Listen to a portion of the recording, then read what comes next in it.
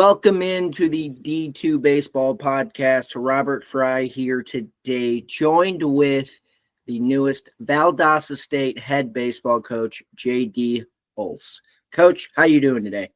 I'm doing well, Robert. Thanks for having me on. And Coach, kind of, exciting times here at Valdosta State, taking the reins over in June after someone who you've worked with quite a bit in years past now, up to the Division I ranks. Kind of talk about that process of, being the assistant at Valdosta for 1 year and then now getting moved up to head coach. Yeah, well, when we were at Birmingham-Southern before Valdosta State, that's where Coach Weisberg and I were and had a really good run there. That's where I played. He recruited me there, played for Coach Weisberg, ended up coaching with him for a long time. Had a really successful runs there with multiple World Series appearances, but then the school closed. So we were kind of forced to go take a new job and had a couple opportunities to go be head coaches in Virginia at some other smaller schools.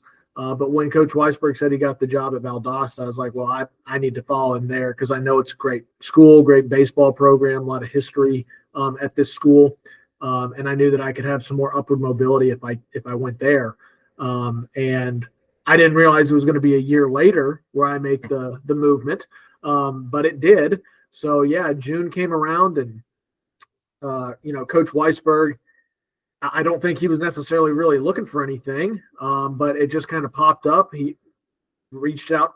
I guess it was Eastern Kentucky reached out to him, and then he, listened to what they had to offer and kind of sounded too good to be true. So he's from the Kentucky area. He played at Kentucky. So it was kind of like going back home for him. And he said, just so you know, like you have a job with me if you want it, but I think you really need to try and pursue the head coaching job here. So I pursued it, and thankfully Troy, our athletic director, he gave me an opportunity at it. And so here I am.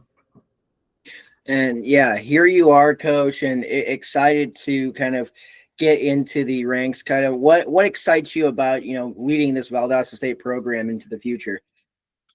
I'm excited because, again, I know the history of the program. National championships have been won here, so I know it can be done.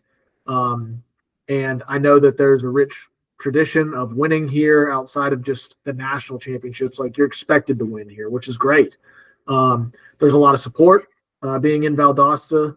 So I'm excited about that, knowing that there are people here that are in my corner.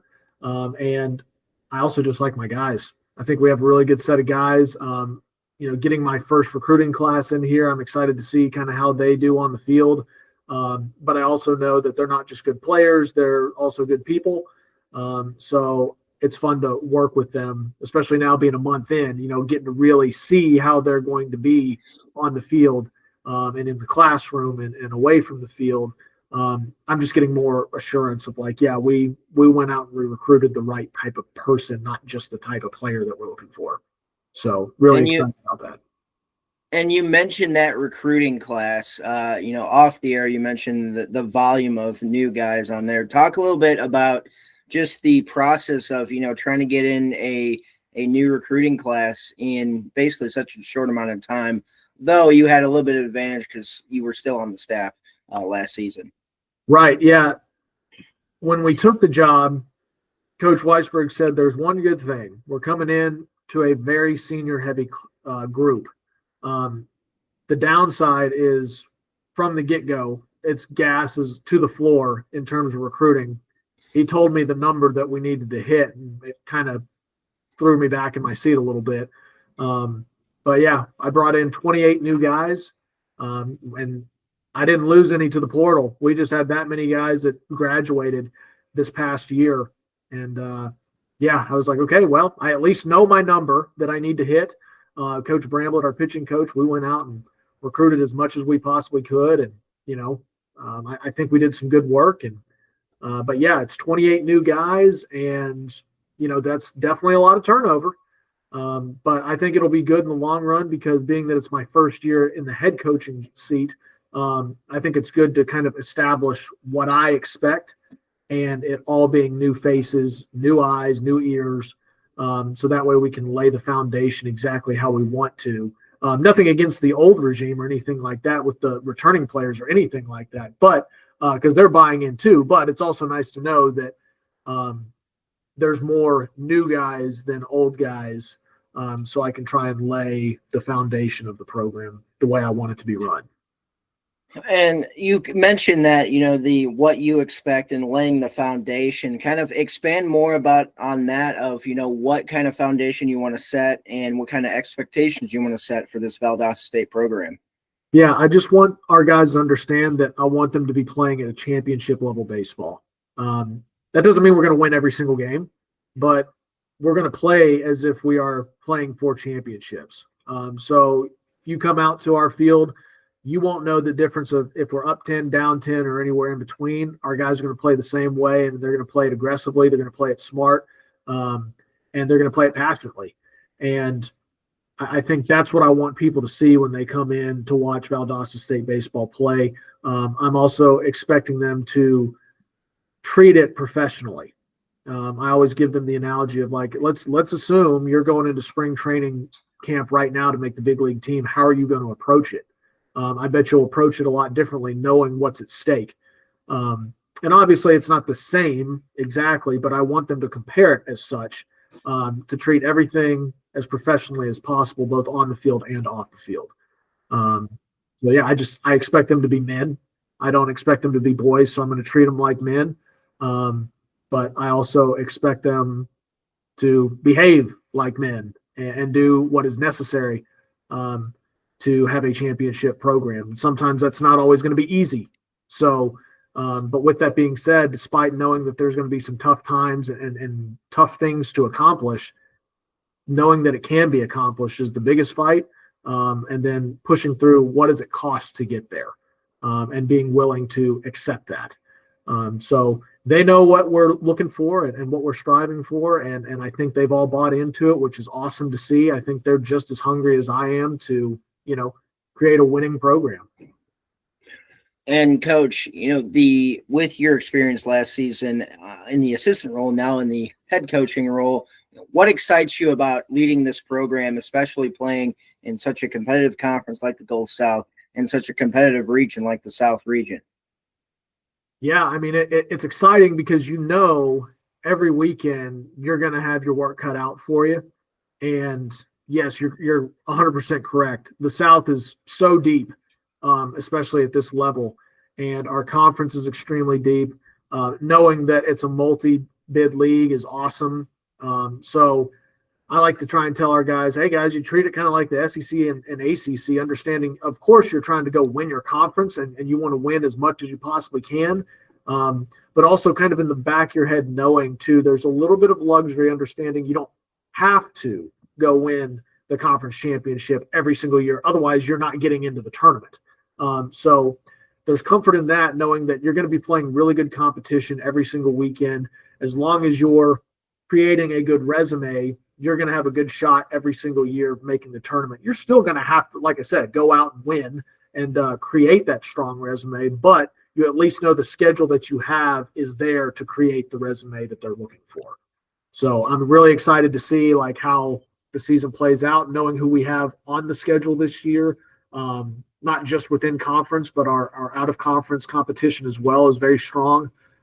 So I think we've got a really good shot of creating the resume necessary. But, double-edged sword. Now it's like, okay, well, you still got to go win them. So, but I'm really excited to see how they're going to respond to the competition that they're going to face, because I know it's, again, being in the South, you're going to be playing some good competition every single time.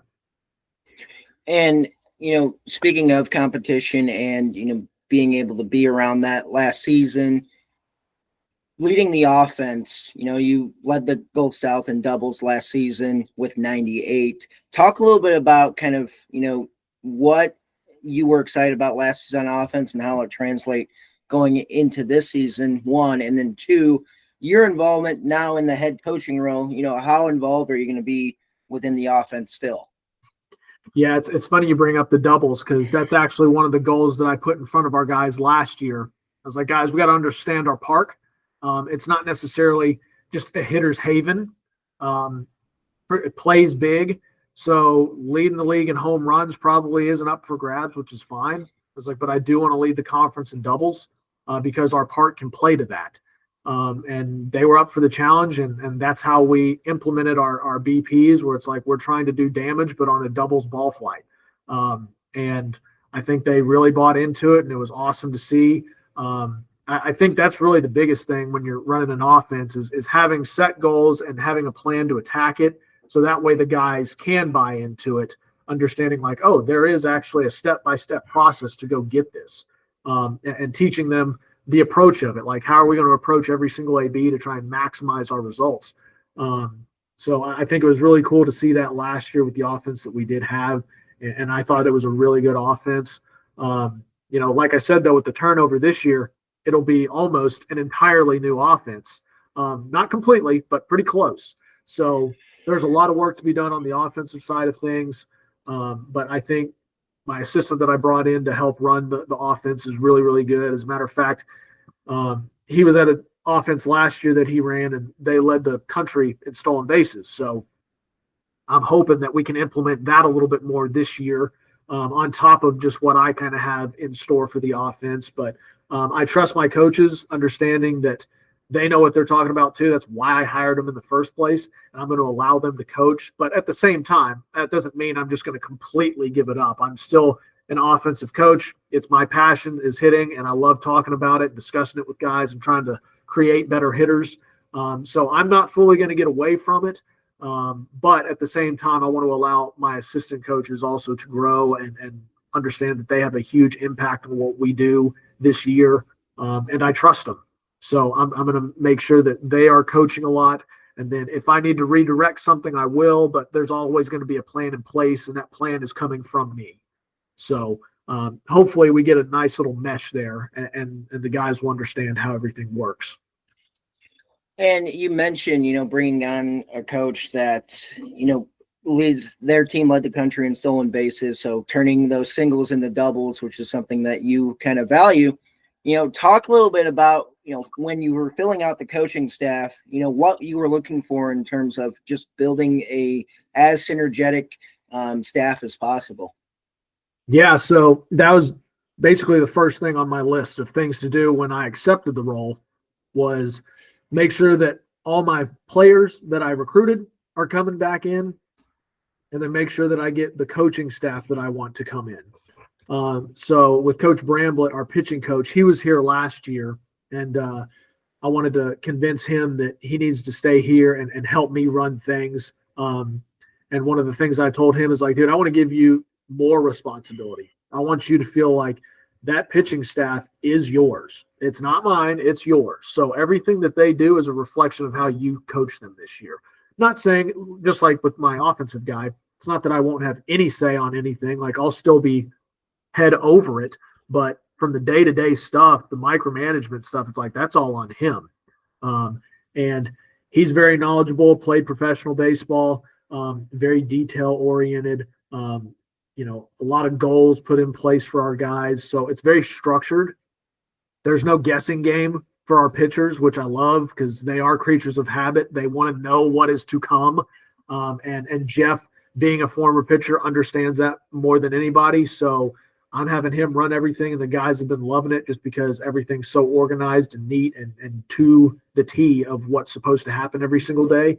And then with Jared Cantu, my offensive guy, I wanted to make sure that I brought in somebody that's extremely knowledgeable on the offensive side of things, knows how to work with just what he's got and maximize what he's working with.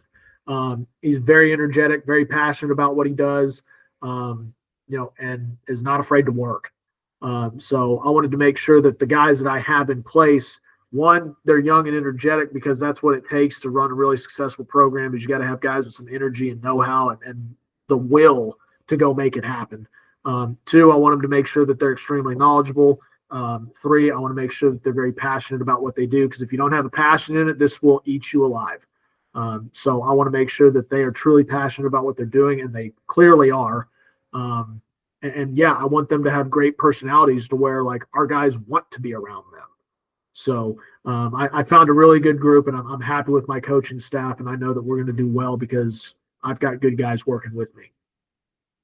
And to kind of dial it back a bit, you mentioned your playing career at Birmingham-Southern, your 2 separate coaching stops at Birmingham-Southern, but want to dial it back to the 2024 season because you had a pretty unique perspective where, the school the school shuts down and you're playing in a World Series where your school does not exist. Kind of talk a little bit about what that experience was like from your perspective, 1, and 2, how it's helped you shape into what you're doing now as a head coach. Yeah, that point in time was very surreal because you were kind of living in 2 different worlds at the same time. So when you were at practice, you've got cameras and microphones and everything surrounding you all day throughout the day, and everything's being recorded.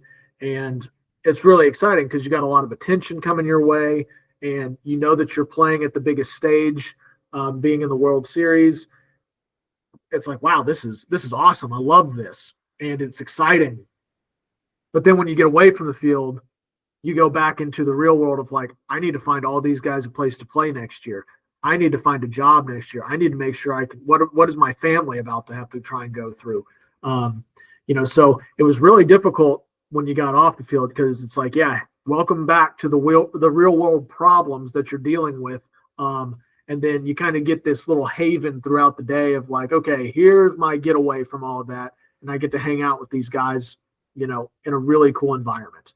And then, obviously it ends and it's like, yeah, so now that little world that you were living in for a few weeks, it's gone and it's not coming back. And it was pretty gut-wrenching, to be honest with you, knowing that it truly was over. It didn't hit me until afterwards where it's like, yeah, it's gone and it's not coming back. And now you have to move forward. But that gave me really good perspective too. And I think that's what I'm going to try and bring in with the VSU guys is perspective on things, understanding how good they really do have it. Because things can be taken away from you. And that's just life, and thankfully right now they're in a spot where like things are being given to them. And they need to be grateful for everything that comes their way. And, because at some point it's going to be taken away from you, i.e. the game itself is going to be taken from them at some point.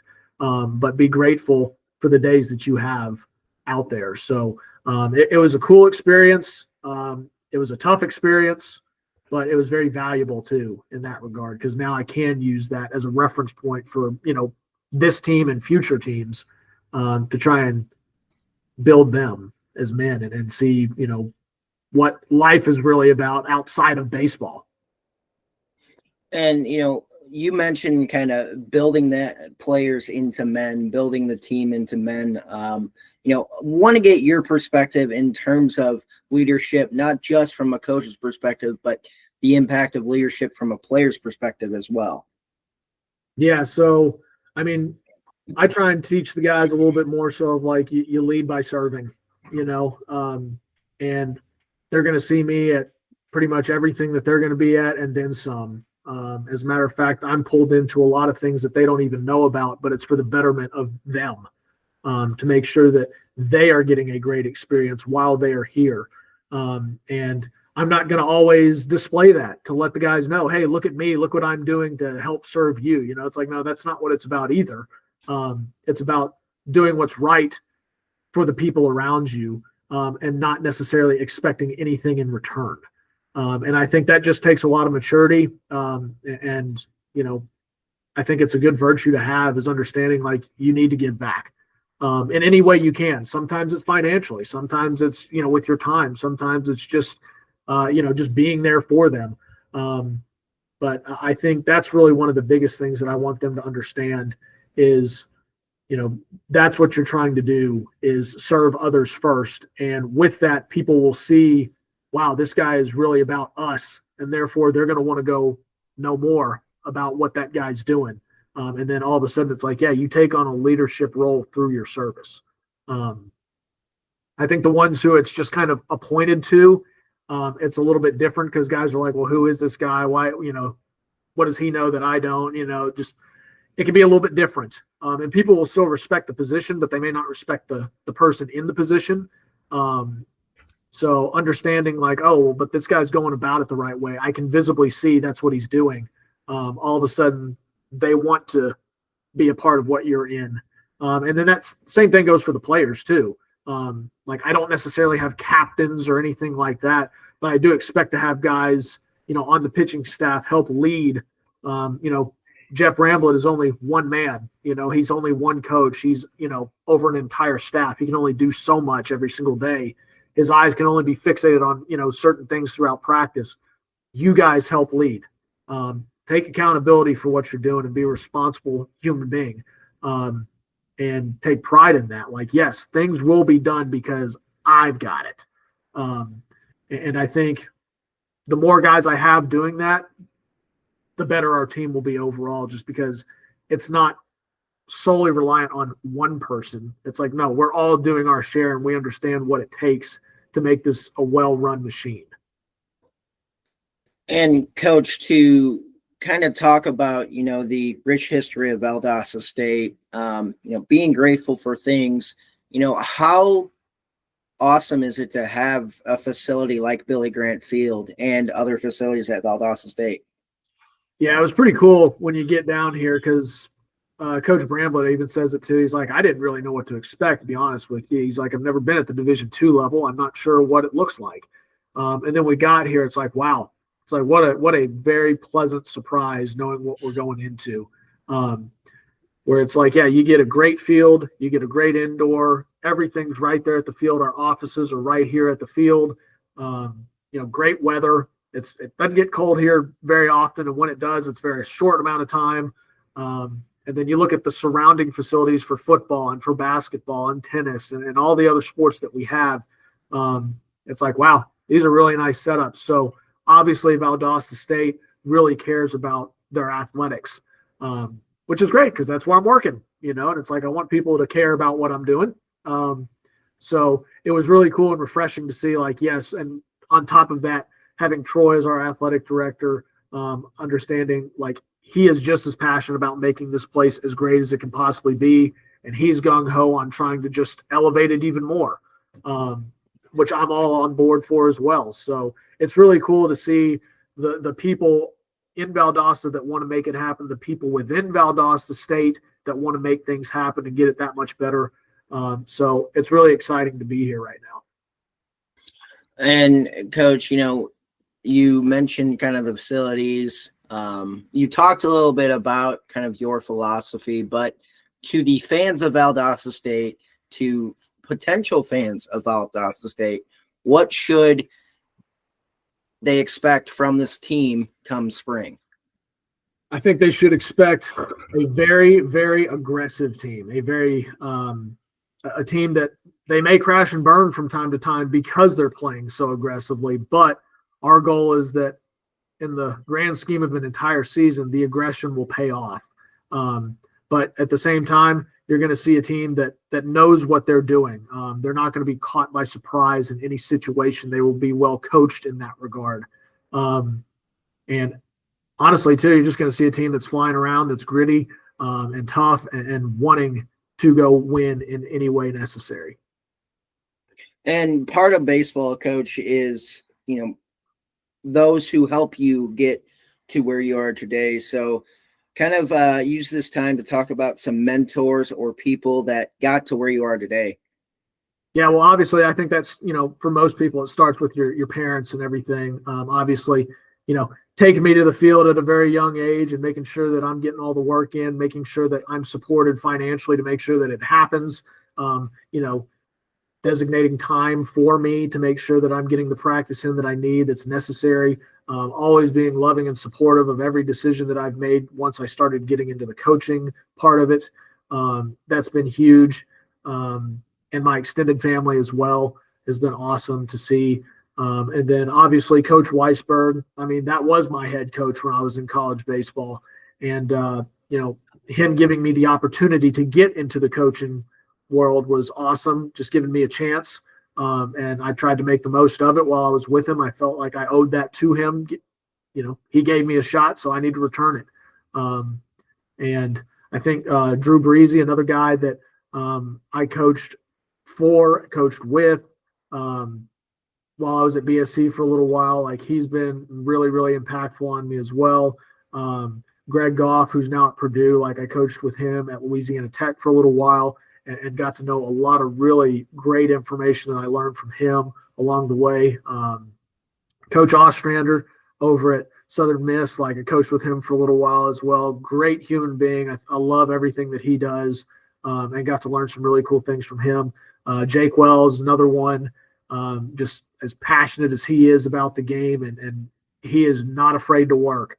And just learning the things that I got from him also has been fantastic.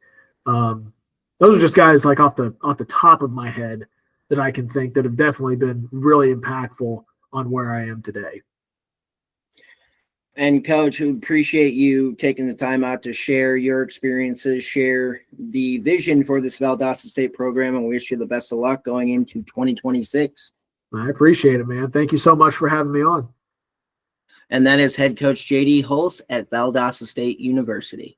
We'd like to give a big thank you to all of our regional tier Patreon members. We couldn't make it to the 9th inning without the support of all of you. You're the real MVPs, hitting a home run for the team every single time. Thank you.